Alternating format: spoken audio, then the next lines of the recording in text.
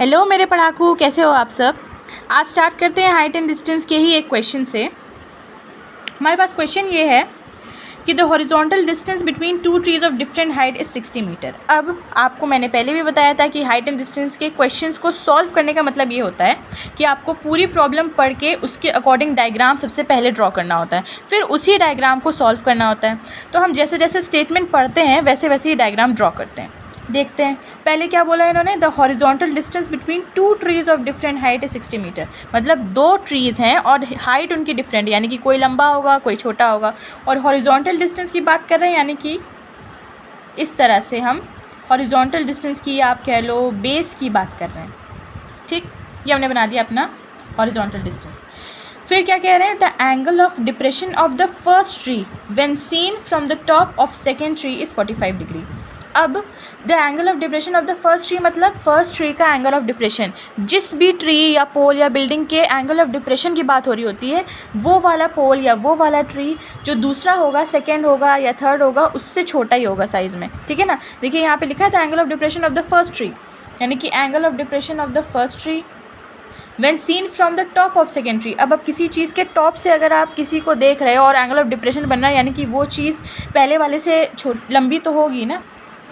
ये बना दिया हमने। ठीक, क्या लिखा है, the angle of depression of the first tree, angle of depression of the first tree when seen from the top of second tree, when seen from the top of second tree. ये top of second tree है, angle of depression बन रहा है कितना है, 45। समझ में आया। ये हमारी कितनी हो गई, सेकेंड ट्री हो गई हमारी, और ये फर्स्ट ट्री हो गई। ठीक, अब उसके बाद if the height of the second tree is 80 metre, हमने सेकेंड ट्री ये है ना, तो हाइट हमारी कितनी दी हुई है इस ट्री की, 80 मीटर्स। ठीक,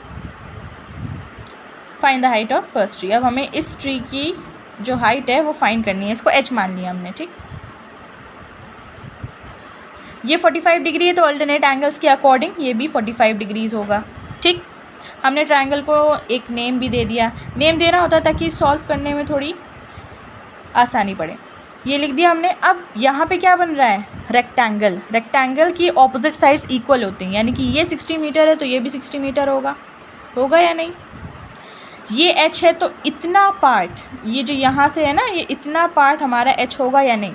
ऑपोजिट साइड्स क्या होती हैं, इक्वल होती हैं। अब सॉल्व करते हैं। सबसे पहला हम लेंगे, हमें पता है सबसे पहले क्या करना होता है, हमें ट्रायंगल को लेना होता है। तो ट्रायंगल ले लेंगे हम लोग ABE। In triangle ABE tan, क्योंकि हमारे पास परपेंडिकुलर है और बेस है, तो ऑफ कोर्स मोस्टली क्या होता है ना, हाइट एंड डिस्टेंस में टैन का यूज़ होता है। बहुत कम ऐसा होता है जो साइन का यूज़ हो या कॉस का। तो परपेंडिकुलर और बेस है तो टैन का यूज़ किया, तो tan 45 degree is equal to perpendicular upon base कितना है, BE।